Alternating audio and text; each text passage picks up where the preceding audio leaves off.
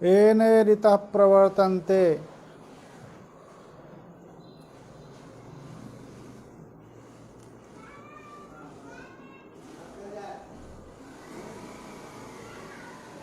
येने ऋतः प्रवर्तन्ते प्राणिनः स्वेषु कर्मसु तं वन्दे परमात्मानं स्वात्मानं सर्वदेहिनां। नमो नवघनश्याम कामकामित देहिने कमलाकाम सौदाम कर्णकामुक गेहिने। संस्कृत शौर्यम इस आमुक पटल के संवाहक आचार्य श्री राजकुमार जी एवं वेदांत शास्त्र के अध्येता सुधीजन पंचदशी प्रकरण ग्रंथ का 5वां प्रकरण महावाक्य विवेक प्रकरण प्रारंभ हो रहा है। इसके पूर्व में तत्व विवेक, पंचकोश विवेक, महाभूत विवेक, पंचमहाभूत विवेक, द्वैत विवेक,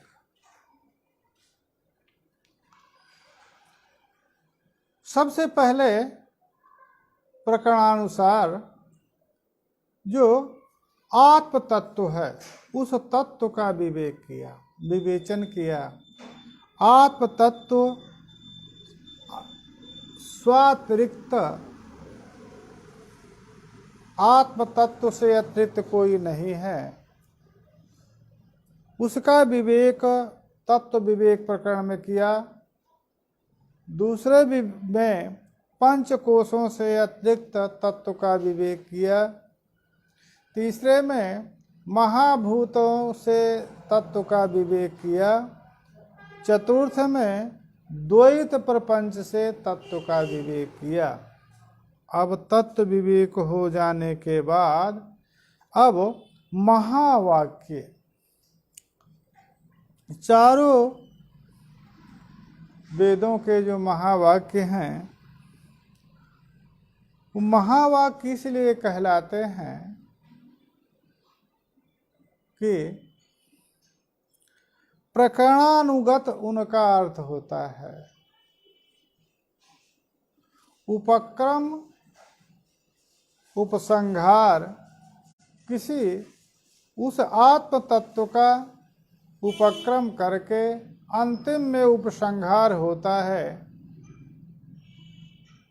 और उसी में अपूर्व कथन, उपपत्ति, अर्थवाद, एतादृश जो प्रकरण प्रतिपाद्य संपूर्ण प्रकरण के द्वारा जिस वाक्य के अर्थावगति होती है उसको महावाक्य से कहा जाता है। प्रज्ञानम ब्रह्म ये प्रथम महावाक्य है। ये ऐतरेयानक गत है। प्रज्ञानम ब्रह्म उसका पहले विचार करेंगे। प्रज्ञान ब्रह्म, प्रकृष्ट ज्ञान ब्रह्म क्या है, उसका विचार करते हुए कह रहे हैं आचार्य आरण्य विद्यारण स्वामी, ये नेक्षते शृणोति इदम जिघ्रति व्याकरोति च स्वादु अस्वादु विजानाति तद प्रज्ञानम उदीरितम। प्रज्ञान पद से उस आत्म तत्व का बोध होता है। वो प्रज्ञान क्या है, किसको वे प्रज्ञान हम समझें, उसके लिए कहा उन्होंने कि यत् शृणोति यद् इच्छते,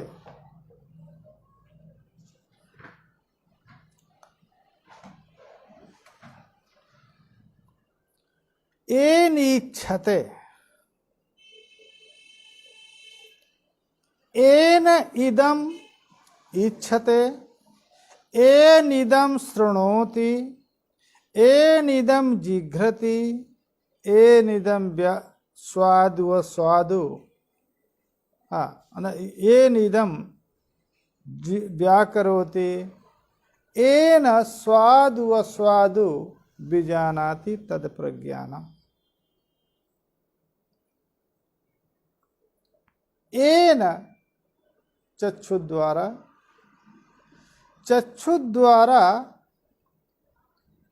येन जिघ्रति, जिसके द्वारा देखा जाता है, माने चक्षु द्वारा निर्गत जो अंतःकरण वृत्ति है, वो वृत्ति स्वतः प्रकाश रूप नहीं है, अपितु जो उस वृत्ति का प्रकाशक है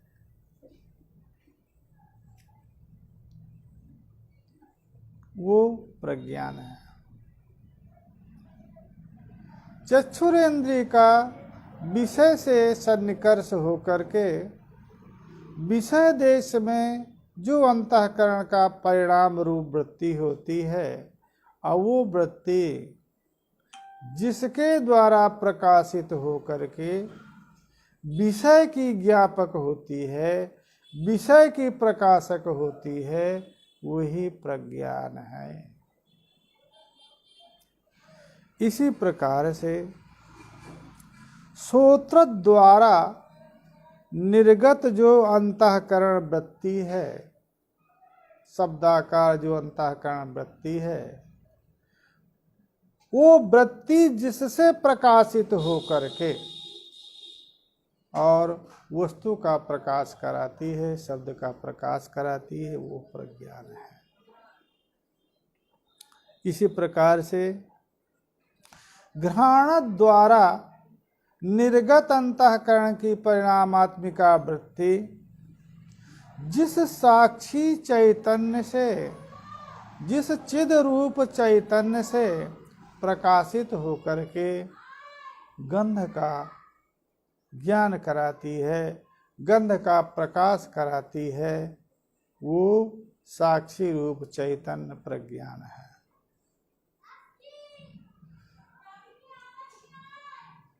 एन जिस वागेंद्री के द्वारा शब्द जात व्याकरोति, एन वागेंद्री, वागेंद्री में जो सामर्थ्य है, जिस सामर्थ्य से वागेंद्री शब्द को अभिव्यक्त करती है, शब्दाभिव्यंजक है, शब्द की जनक है, शब्दाभिव्यंजक है, वो वागेंद्री जिस सामर्थ्य से शब्द की अभिव्यंजक है, व्याकरोती है, व्याकरण हो रहा है, जिस इंद्रिय के द्वारा वो इंद्रिय का वागेंद्रियगत जो सामर्थ्य है, जिस सामर्थ्य से व्याकरोति, वागेंद्रिय अवच्छिन्न शब्द जात का व्यवहार होता है, व्याहरण करते हैं, वो सामर्थ्य प्रधान प्रज्ञान है। एन एन रसनेन्द्रियेण, जिस रसनेन्द्रिय के द्वारा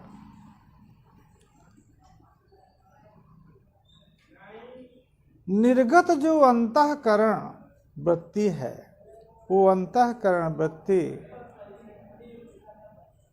रसनेन्द्रिय द्वारा निर्गत विषय देश रस आदि विषय देश तक जाने वाली जो अंतःकरण की परिणामात्मिका वृत्ति है, वो वृत्ति जिस चैतन्य से प्रकाशित हो करके स्वाद व स्वादु बीजानाति,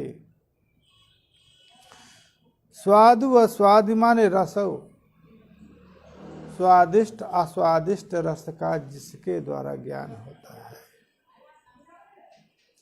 वही इंद्रिय है।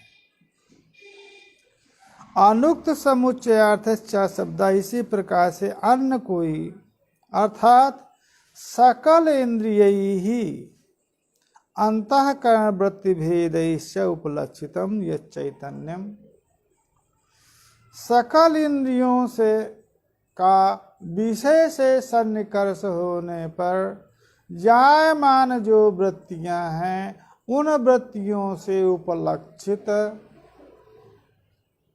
उन वृत्तियों से अभिव्यक्त व्यक्ति वृत्तियों का भी अभिव्यंजक प्रकाशक जो चैतन्य है वो प्रज्ञान पद से बोलते हैं। तद प्रज्ञानम उदीरितम कहाँ से आ गया? कहीं श्रुति स्वयं कह रही एन वा पश्यति सर्वाणेतान्येव प्रज्ञान से नाम ध्येयानि। ये ऐतरेय उपनिषद में 5:1 से प्रारंभ करके 5:2 में इसका जो उपस्थापन, इसका जो उपसंहार हुआ, वहाँ से यह बताया गया एन वा पश्यति, एन वा जिघ्रति, एन वा व्याकरोति, स्वादु स्वादु जानाति, सर्वाण्येतानि प्रज्ञान से नामधेयानि, वो संपूर्ण प्रज्ञान के नामधेय हैं। अतः यही प्रज्ञान है। प्रज्ञान माने साक्षी भू सर्व प्रकाशक, जो तमेव भान्तम अनुभाति सर्वम तस्य भाषा सर्वमिदं भवाति, सर्व प्रकाशक जो वृत्ति में अभिव्यक्त हो करके और सकल वस्तु का प्रकाशक है, सकल व्यवहार संपादक है, वो प्रज्ञान पद से बोधित है। चतुर्मुख इंद्र देवेषु मनुष्य अश्व गवादिषु चैतन्यमेकम ब्रह्म अतः प्रज्ञानम ब्रह्ममय्यपि। वो जो प्रज्ञान ब्रह्म है, जिस प्रज्ञान ब्रह्म से प्रकाशित होकर के वृत्ति सकल वस्तु के व्यवहार की संपादक होती है,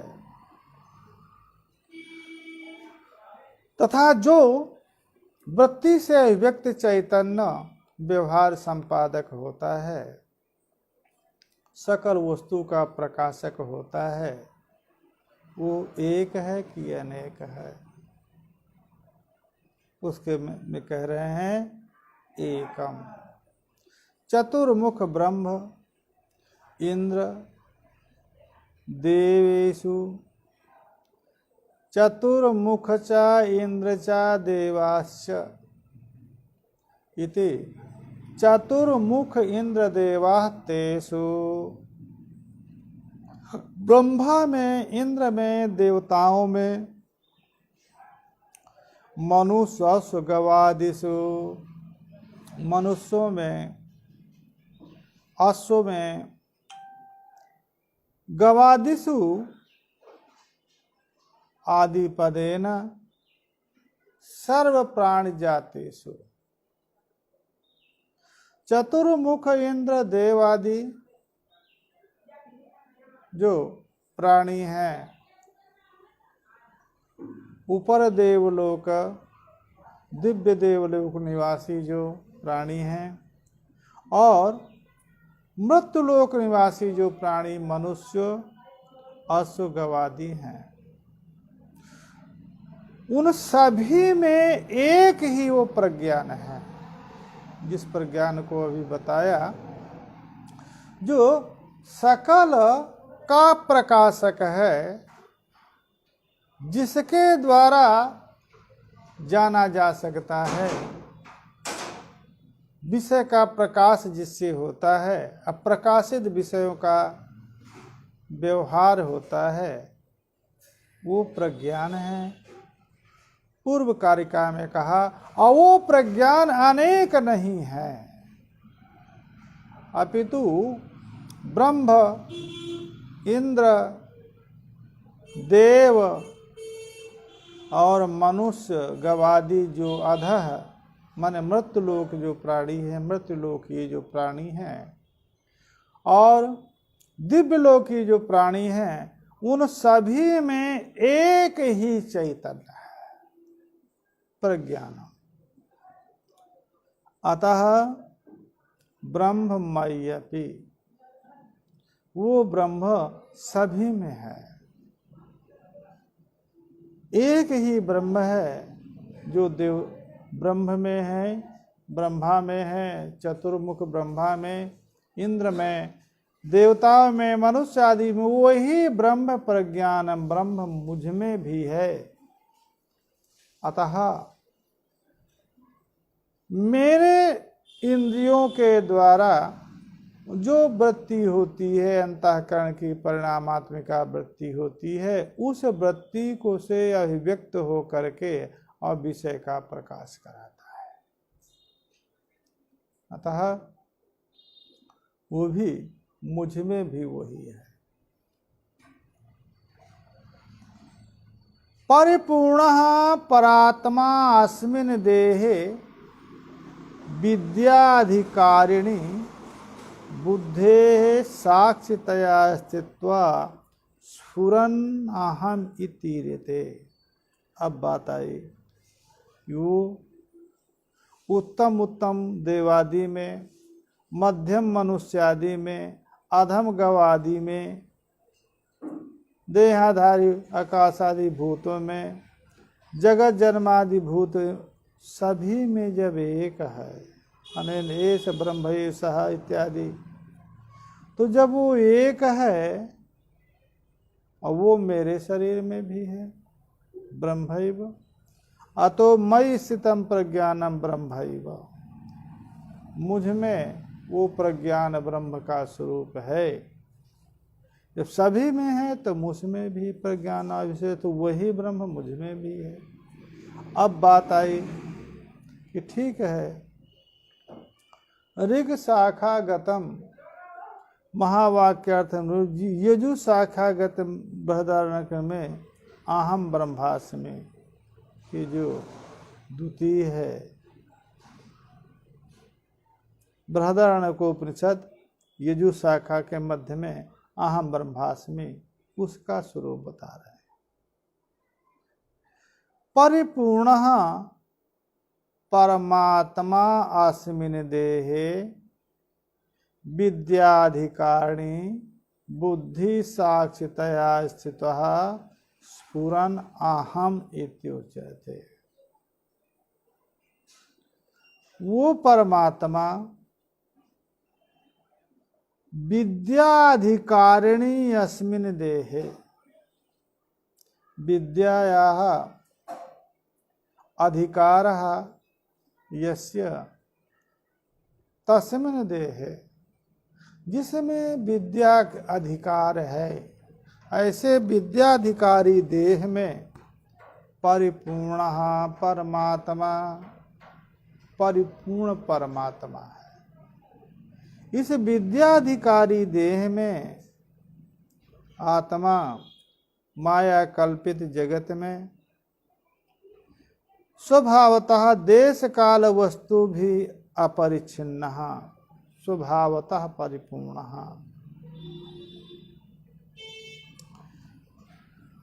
परमात्मा अस्मिन् माया कल्पिते जगति विद्याधिकारिणी समाधि साधन संपन्नत्वेन विद्या संपादन योगे अस्मिन् श्रवणादिष्ठानवती देहे। वो परमात्मा माया कल्पित जगत में अस्मिन् देहे माया कल्पित जगति च। समाधि साधन संपन्न विद्या संपादन योग्य इस श्रवणादि अनुष्ठानवत देह में, मनुष्यादि शरीर में, और बुद्धे साक्षितया, बुद्धे माने बुद्धि उपलक्षित सूक्ष्म शरीरस्य, बुद्धि साक्षी अंतःकरण की जो वृत्ति है उसको प्रकाशक होने के कारण साक्षात बुद्धि साक्षी। एक तो अर्थ यह है। दूसरा, जो सूक्ष्म शरीर है उसमें भी अंतःकरण के रहता है, अतः बुद्धि भी है, तो बुद्धि साक्षी का अर्थ है सूक्ष्म शरीर का साक्षितया, माने सूक्ष्म शरीर का जो प्रकाशक है, अधिकारित्वेन भाषक होने के कारण जो स्थित है, स्फुरत अहम इति,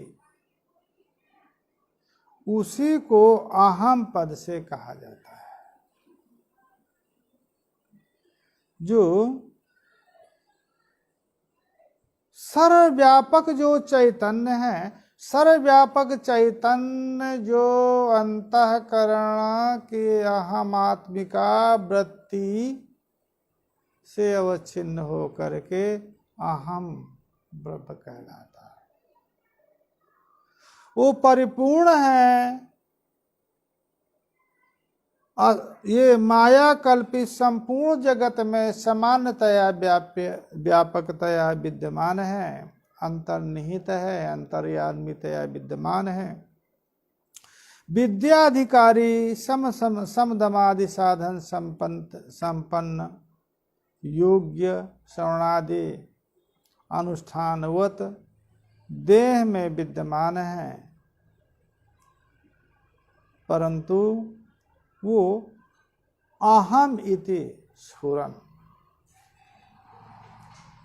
अंतःकरण देशावच्छेदेन उसका प्रकाश होता है।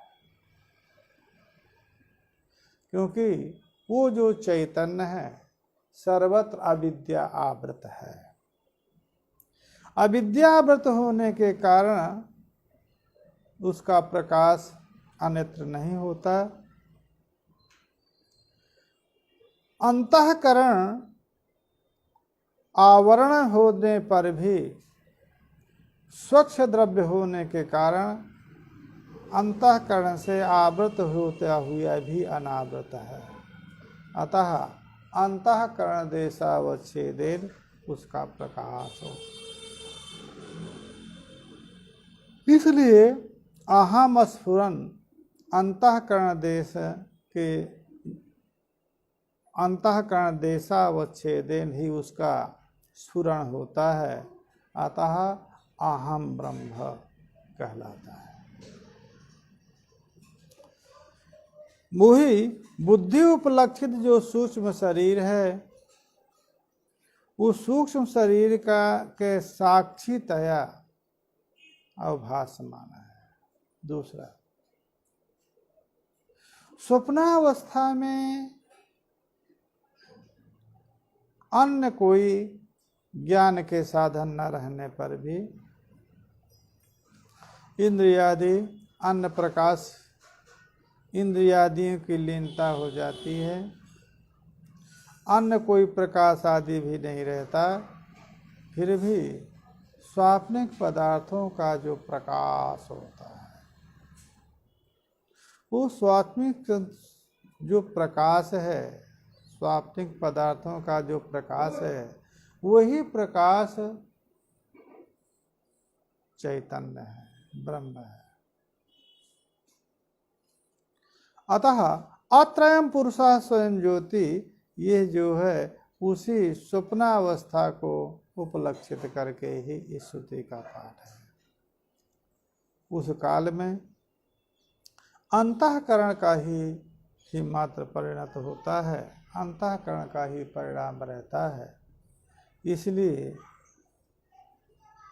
अंतःकरण अवच्छेदेन जो प्रकाशित होने वाला है वो अहम ब्रह्म पद बाध्य है। स्वतः पूर्णः परमात्मा अत्र ब्रह्म शब्देन वर्णितः अस्मिति एक परामर्शः तेन ब्रह्म भवाम्यहम्। कहा परिपूर्णः स्वतः पूर्णः, वो जो परमात्मा है वो स्वतः परिपूर्ण है, उसकी परिपूर्णता के लिए अन्य साधन की अपेक्षा नहीं। स्वभावतः जो परिपूर्ण है, स्वतः परिपूर्ण स्वभावतः देश कालादि अनवच्छिन्न है, न उसका देश का अवच्छेदक है, न काल अवच्छेदक है, न वस्तु अवच्छेदक है। देश अवच्छेदक कैसे होगा? क्योंकि देश परिच्छिन्न वस्तु का ही देश अवच्छेदक होता है। जो परमात्मा सकल देश में विद्यमान है उसका देश अवच्छेदक नहीं हो सकता है। जो परमात्मा सभी काल में विद्यमान है उसका काल अवच्छेदक नहीं हो सकता है, तथा जो परमात्मा सभी वस्तुओं में विद्यमान है उसका वस्तु परिच्छेदक नहीं हो सकता है। तो वो स्वतः परिपूर्ण है। परिपूर्ण माने देश काल आदि से अनवच्छिन्न है पूर्वोक्त परमात्मा। अस्मिन महावाक्य, वही महावाक्य में ब्रह्म पद वाच्य है। पहले बता दिया तृतीय कारिका में कि अंतःकरण देशावच्छेदेन स्फुरित होने के कारण अहम से अहम पद बोध्य है। परिपूर्ण परमात्मा सर्वव्यापक परमात्मा ब्रह्म शब्द से बोध्य है। ब्रह्णाति ब्रह्म शब्देन ब्रह्मवितिने पदेन वर्णितः लक्षण योग्य। देश काल अनवच्छिन्न स्वतः परिपूर्ण परमात्मा ब्रह्म पद से बोध्य है। और अस्मि इति ऐक्य परामर्शः,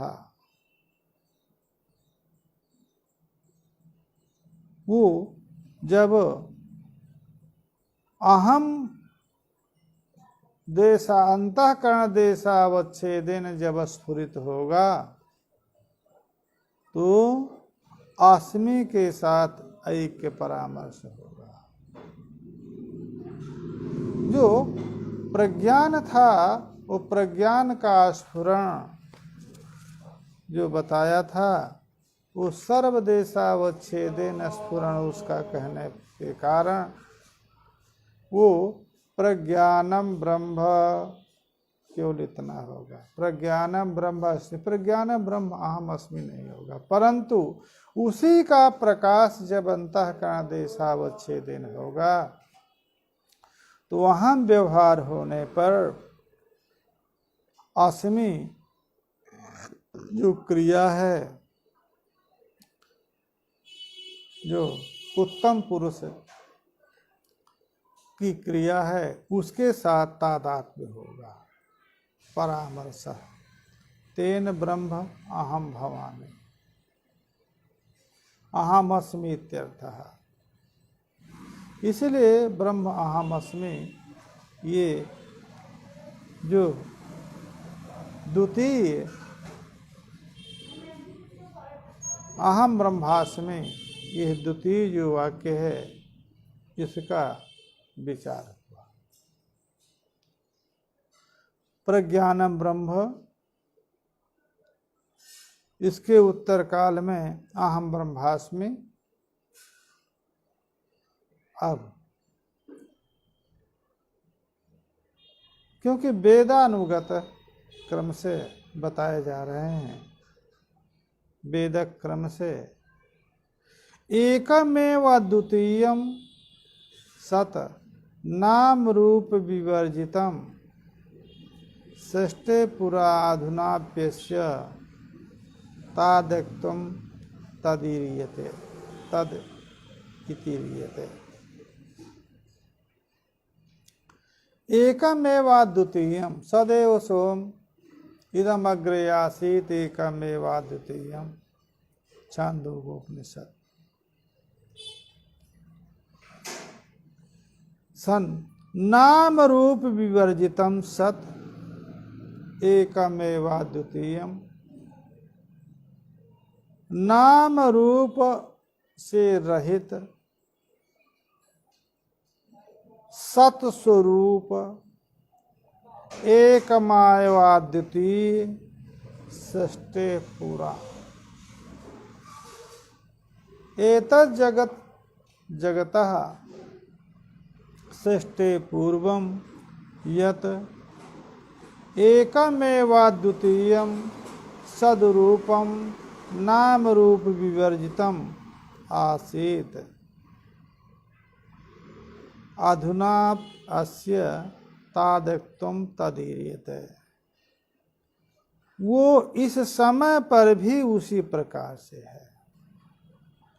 नाम रूप रहित सृष्टि के पूर्व में था और सृष्टि के पश्चात भी नाम रूप रहित सत अद्वय रूप है। जो स्वरूप उसका सृष्टि के पूर्व में था वही स्वरूप उसका सृष्टि के बाद भी है। अधुनाप्यस्य तादक्तमेव तादीरियते। इस समय पर भी उसका वही स्वरूप होने के कारण तत्पद से कहा जाता है। जो सृष्टि के पूर्व में एकमेवाद्वितीय था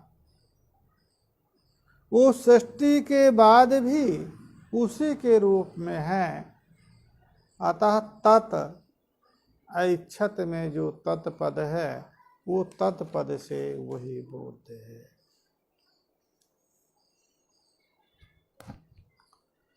श्रोत्रुदेहिन्द्रियातीतम वस्त्वत्र त्वं पदेरितम एकता ग्राहिते आसीति तद्दैकम अनुभूयता। अब जो सृष्टि के पूर्व में सत एकमेवाद्वितीय स्वसजाति विजाति स्वगत भेद शून्य नाम रूप रहित सत स्वरूप था, जो वो सृष्टि के पश्चात भी तदेव तादृक्तमेव तादृश ही है। अतः तत्पद से वो कहा गया। फिर श्रोत्रु देन्द्रियातीतम वस्तुवत्र जो श्रोता है श्रवणादि अनुष्ठानेन महावाक्यार्थ प्रतिपत्तु श्रुतु जो गुरु मुख से श्रुत वेदांत वाक्यों के द्वारा जिसने आत्म तत्व का ज्ञान किया है ऐसा श्रोतु। वो जो श्रोत्रु है वो श्रोता का देहेन्द्रियादि अतीत जो स्वरूप है। श्रोता जो प्रमाता है जिसने गुरुमुख से श्रुत वेदांत वाक्यों के द्वारा आत्म तत्व का ज्ञान किया है, ऐसे श्रोता का जो स्वरूप है, कैसा स्वरूप? देहेन्द्रियादि रहित। देहानवच्छिन्न इंद्रियानवच्छिन्न जो उसका स्वाभाविक स्वरूप है, वस्तु है, वो त्वम पद से बोध्य है। और तो तुम पद से जो बोध्य है वो देह इंद्रियादि अतीत है, और तत्पद से जो बोध है वो भी एकमेवा द्वितीय नाम रूप रहित है। अतः तत् से तुम का एकता। ग्राहिते एकता किस पद के द्वारा? आसीति पद से। तत्त्वमसि में जो आसी है उस आसी के द्वारा उसकी एकता जो तत्पद पदार्थ है, एकमेवा द्वितीय नाम रूप वर्जित, वो तत्पदार्थ का आत्म पदार्थ देह इंद्रियादि अतीत वस्तु स्वरूप तुम पदार्थ का आसी के द्वारा एकता गृहीत होती है। तदैक्यम अनुभूयताम, वो एकता जीवात परमात्म की जो एकता है वो अनुभव का विषय है, वही ज्ञातव्य है। एकत्व ही ज्ञातव्य है। एकत्व ज्ञान ही जीवात परमात्मा का एकत्व ज्ञान ही प्रयोजन है, क्योंकि वो एकत्व ज्ञान ही अविद्या का निवर्तक है। स्वप्रकाश परोक्षत्वम आयमिति उक्तितो मतम अहंकारादि देहांतात प्रत्यगात्मेति गीयते।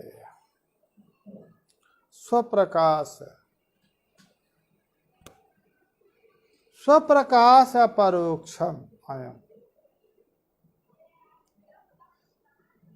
इत्युक्तो मतम, यह जो आत्मा है तो स्वप्रकाश अपरोक्ष है। अवेद्यत्वे सति अपरोक्ष व्यवहार योग्य। स्वप्रकाश भी है, अप्रत्यक्ष भी है। यदि साक्षात अपरोक्षात ब्रह्म, यह श्रुति अपरोक्षता प्रतिपादित करती है, तथा ज्ञानांतर अवेद्य होने के कारण स्वयं स्वप्रकाश है। यह चैतन्य स्वप्रकाश है, क्योंकि ज्ञानांतर अवेद्य है, अन्य ज्ञानों से इसका प्रकाश नहीं होता।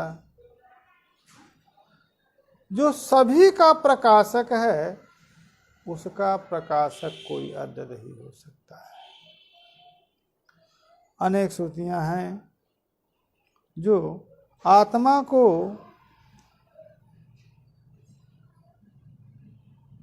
केनेदम बीजानीयात, सर्व विज्ञात्री स्वरूप आत्मा का कौन प्रकाशक हो सकता है? जो स्वयं विज्ञाति रूप है उसका विज्ञाति कोई हो नहीं सकता है। अतः स्वयं स्वप्रकाश है।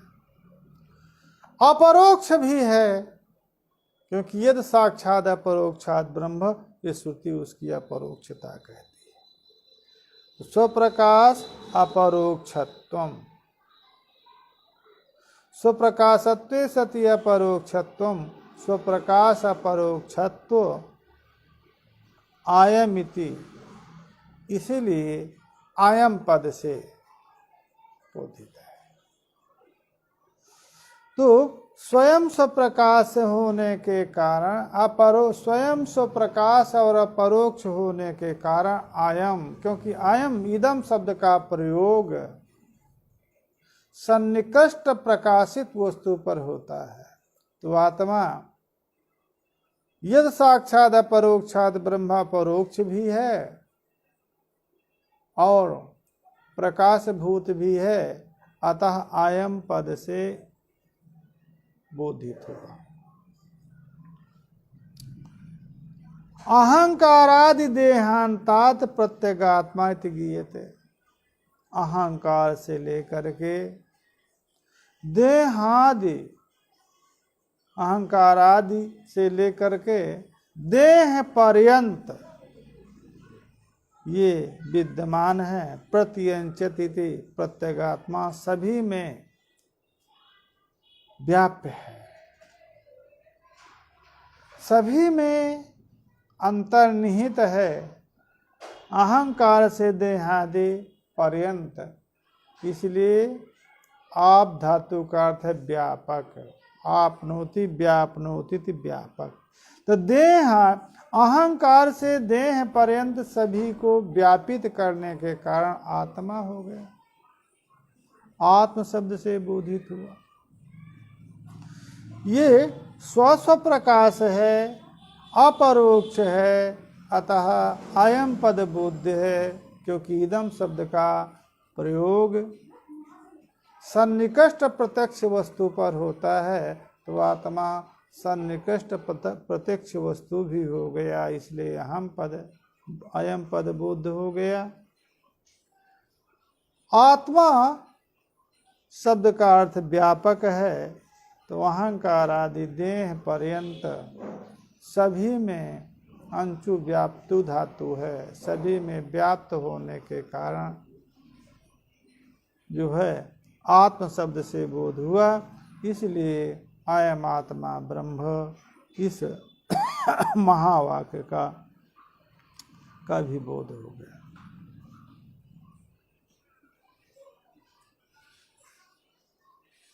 दृश्यमानस्य सर्वस्य जगतः तत्त्वं मीर्यते ब्रह्म शब्देन तद ब्रह्म स्वप्रकाश आत्मरूपकम।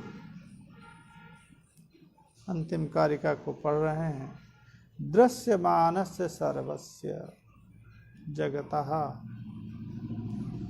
तत्त्वमीर्यते। दृश्यते मन दृश्यमान, दृश्य मिथ्यात्व भी है। दृश्यत्वेन मिथ्याभूत, दृश्य होने के कारण यद दृश्यम तद मिथ्या, दृश्य होने के कारण मिथ्याभूत जो संपूर्ण जगत है, आकाशादि जगत है, तत्वम ईर्यते। तत्व माने अधिष्ठानम, क्योंकि आरोपित पदार्थ साधिष्ठानक होते हैं, बिना अधिष्ठान के किसी वस्तु का आरोप नहीं होता है। अतः यदि दृश्यमान संपूर्ण जगत है, दृश्यमान है माने मिथ्याभूत है, प्रातिभाषिक है, आरोपित है, तो आरोपित के लिए कोई न कोई अधिष्ठान चाहिए। तो संपूर्ण प्रातिभाषिक आरोपित ब्रह्म प्रमा अतिरिक्त प्रमा से अबाधित, ब्रह्म प्रमा बाधित जो दृश्यमान सब जगत है, उस जगत का अधिष्ठान भूत चैतन्य तत्वम, वो तत्व कहा जाता है। वो तत्व ही ब्रह्म शब्द से है। अतः तद ब्रह्म स्वप्रकाश आत्मरूपम, वो ब्रह्म स्वप्रकाश स्वरूप है, स्वप्रकाश आत्मरूपकम, स्वप्रकाश आत्मरूप वो ब्रह्म है। अतः ये जो चारों महावाक्य थे, इन चारों महावाक्यों का समन्वय इस महावाक्य विवेक प्रकरण में बताया। तो इन महावाक्यों के द्वारा पृथक पृथक उसी तत्व का विवेक है। इसलिए महावाक्य से उसी ब्रह्म तत्व का विवेक होता है, अपितु महावाक्य से जो बोध है उससे अतिरिक्त ब्रह्म नहीं है। इतिसे परमहंस परिव्राजकाचार्य विद्यारण्य मुनि वर्कृत पंचदश्याम महावाक्य विवेक प्रकरण।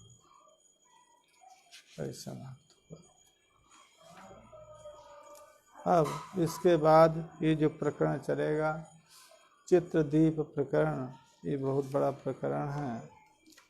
इसका चित्र माध्य दृष्टांत के माध्यम से और ब्रह्म के स्वरूप का निरूपण किया है। प्रकरण का उल्लंघन न करते हुए आज का पाठ यहीं पर समाप्त करते हैं। हरि ओम।